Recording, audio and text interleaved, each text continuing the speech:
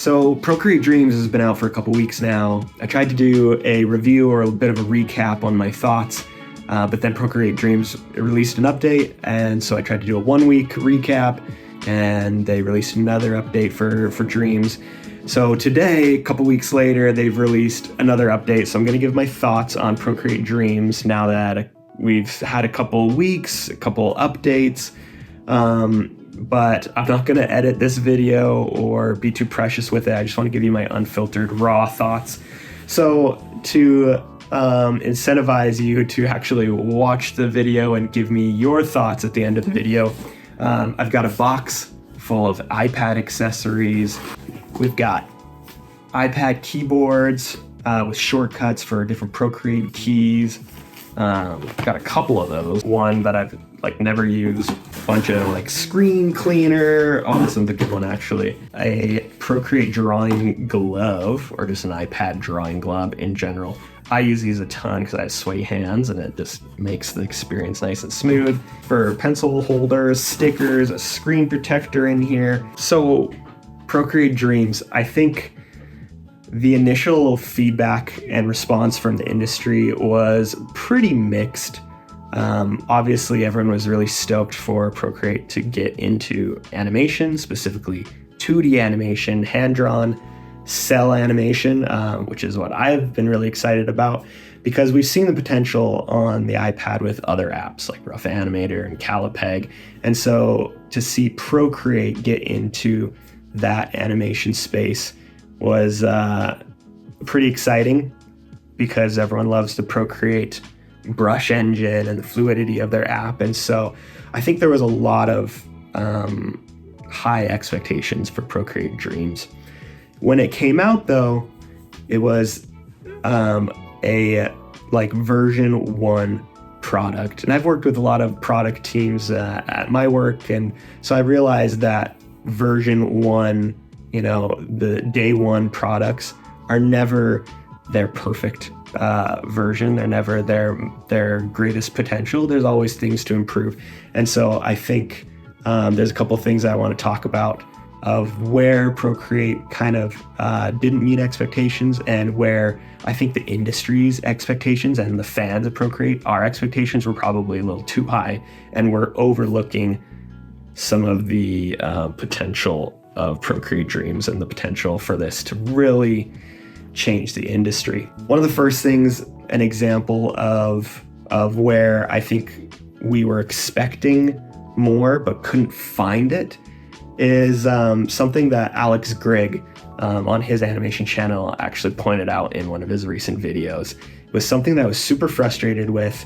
I was diving into Procreate, wanting to draw a bunch, and as you can see here, I've got a bunch of frames, and I ran into a situation where I wanted to, it's actually right here, I wanted to retime some frames. And I couldn't figure out how to, if you hold on the edge of this, how to drag out a specific frame in order to retime it. And for this drawing specifically, I had this little paint splatter coming in to hit me as I was skateboarding. And I just wanted that single frame, even though it was a really quick frame, to register for a beat, not even a second, a millisecond longer, so that it could register as people were watching. But it was so complicated just to figure out how to time, how to stretch the duration of that single frame. Without, what I ended up having to do was dragging one frame, dragging one frame over, then dragging another frame over, and then being able to drag that frame. 2-finger tap to undo, which I've got thoughts on. However, Alex Grigg, in his video, gave a quick tutorial that all you have to do is, yes, you hold on the end of the frame or the edge of the frame, but when you tap, you'll see at the top of the iPad there, free trim, little label pops up here. So when you tap with another finger, it then allows you to stretch the duration of that frame. I'm sure there's a reason for it. Something making it so people aren't accidentally messing up the timing of their animations, but that wasn't in the documentation on day 1. And so that's my biggest example of things that were frustrating people. We were expecting to know how to use the app and just like start making a bunch of animations from the get-go. But Procreate has this philosophy of trying to pare back features or hide features under the hood. The CEO in some of his like keynote speeches talked about wanting to really build an animation app from the ground up for multi-touch, making a really like tactile, tangible experience for artists. And I love that philosophy and the ambition of that, of creating a more tactile app. I think that's really evident in the timeline, because this is just one of the most fluid timelines I've ever worked with in terms of being able to navigate a massive timeline. In this case, I've got a long YouTube video that I was able to edit and animate. I appreciate the ambition of this fluidity and minimalism, but I think sometimes that works against in making something intuitive. And that sounds counterintuitive. That sounds like the opposite. You make something natural, minimalist, tactile, and it sounds like it's going to be intuitive.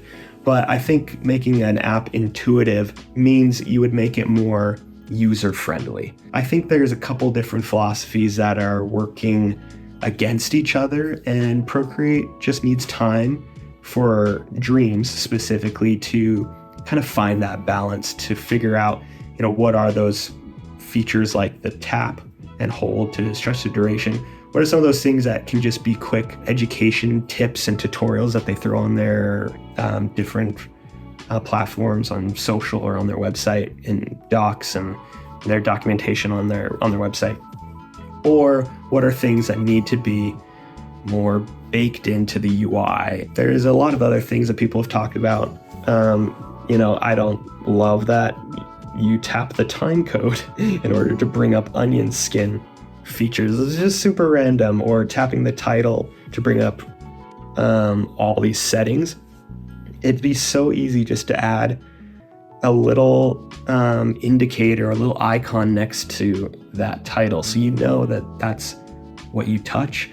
I don't know, I'm just speaking from like my designer brain and having worked with a lot of UX, UI, mostly marketing campaigns, but just thinking of making something, the different actions that you can do super intuitive. As we go into the Flipbook, this is where you actually do the drawing of like frame by frame or cell animation. And I think the Flipbook has a lot of room for growth.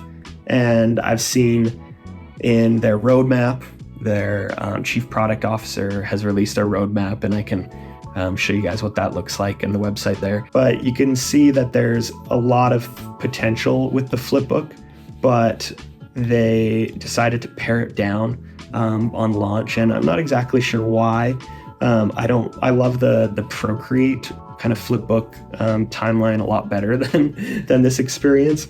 It's really tough to actually do like flipping through a bunch of frames to feel the physics and the momentum of what you're drawing, versus on the timeline on the Procreate proper app, or the main Procreate app. The timeline's a lot longer and skinnier, so you can scrub through a bunch of frames a lot easier, instead of here I'm really having to it's not terrible, but it just isn't as easy. And so if you're drawing like hundreds and hundreds of frames, you don't want to also have to throw this little Flipbook down to the bottom, open the timeline again, and then click play just to see if the timing and the physics are right. And so that was a frustration for me, because I'm doing all this work, but I'm doing it kind of isolated in this environment. And then I go down here, press play to see how everything's feeling, and then realizing, crap, like this is going way too fast, realizing the 30 frames per second, which is a ton of frames to be doing every second. Usually that's like a lot of times people animate on 2s or at 12 frames per second, essentially. So realizing not until I'm in the timeline that my physics and my timing is a little bit off, is frustrating. So the last frustration that I'll talk about, and I don't see a lot of people bringing up, and this might be unique to me, but they don't have a button for undo and redo. And in the regular Procreate app, it's on the side here. But I've noticed that Procreate really likes to push these multi-touch kind of shortcuts on people. The triple tap, I can't even do triple tap very well. Or the 3-finger tap, 2-finger tap and 3-finger tap. And so they decided to make that the only way to undo and redo. For me, it's a frustration, one, because I'm just so used to having my hand next to my iPad, and that's where I can quickly tap, undo, redo if I'm messing up. So one, I'm just used to it, but also I have terrible wrists. I've injured them a lot of times through the years playing soccer and snowboarding and wakeboarding, all these things. So I really try to protect it from all these like contorting my hand into like weird positions. And a 2-finger tap, 3-finger tap isn't crazy, but when you're animating and drawing for hours, you really start to feel it. I feel like people with other disabilities and any sort of mobility challenges could really find that an issue as well. I'm just guessing, but if I'm having problems with my wrist just doing the 2-finger tap, 3-finger tap thing, I feel like Procreate should consider the option of a button just to make it more accessible. I said Procreate did release an update today, and they're already starting to address a lot of the feedback. Single frame drawings, this was a big one. So if we go to the next frame and I just start drawing on the frame, it now only fills a single frame, or it's a single frame long in terms of its duration. Instead of before, when you'd go to the next frame and draw another frame from the timeline here, it would immediately fill the entire rest of the track. So you'd have to draw within this Flipbook isolated space. A couple more updates: custom frames per second. They're allowing you, I guess you could choose different frames per second for your project, but you can customize it as much as you want. I am looking forward to when they allow each track to have their own frames per second as for by default for the entire track, and that way you could have one layer on 2s, one layer on 3s, one layer on 1s at 24 FPS, and kind of mix frame rates a little bit easier. App pressure and smoothing, just more settings for brushes, clipping masks in drawing layers. There's a lot of features that people were noticing were left out from the Procreate drawing app. So I even started a project where I wanted to draw a little character and then animate that character, but because a lot of those drawing features weren't in Procreate Dreams, you can see here it's a lot more. There's no lasso tool.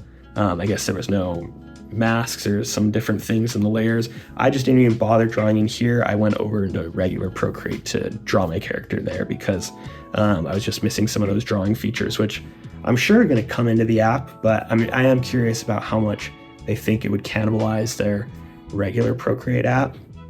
I don't think it would cannibalize the other Procreate app at all, because illustrators that just want to draw are not going to want to draw within an animation environment with a timeline and all this kind of, extra features that they don't need.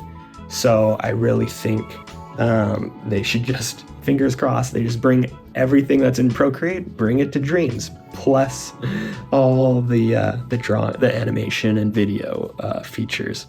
I've talked a lot about some of my frustrations, but Procreate is doing a lot of updates, and I'm overall really optimistic.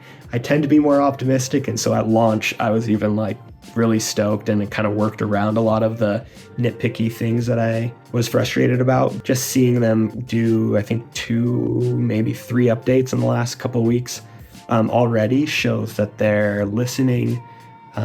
They're being very transparent about the future of the app. I think the benefits that we all loved about Procreate, the main app, the fluidity, the brushes. I think those positive things are going to be what makes Procreate Dreams an amazing experience as well. So I really do want to hear your thoughts on Procreate Dreams and animating on the iPad. So if you do share a comment below, giving me your thoughts, I'm going to be picking some comments randomly, one or two, once I figure out just, I want to make these packages actually worthwhile. I've got a bunch of different accessories here, but I think the most valuable ones is the glove and the keyboards for the iPad. I think people will enjoy animating with those little shortcut keys. But yeah, if these kind of videos are helpful, stick around for the next one. That's all I got.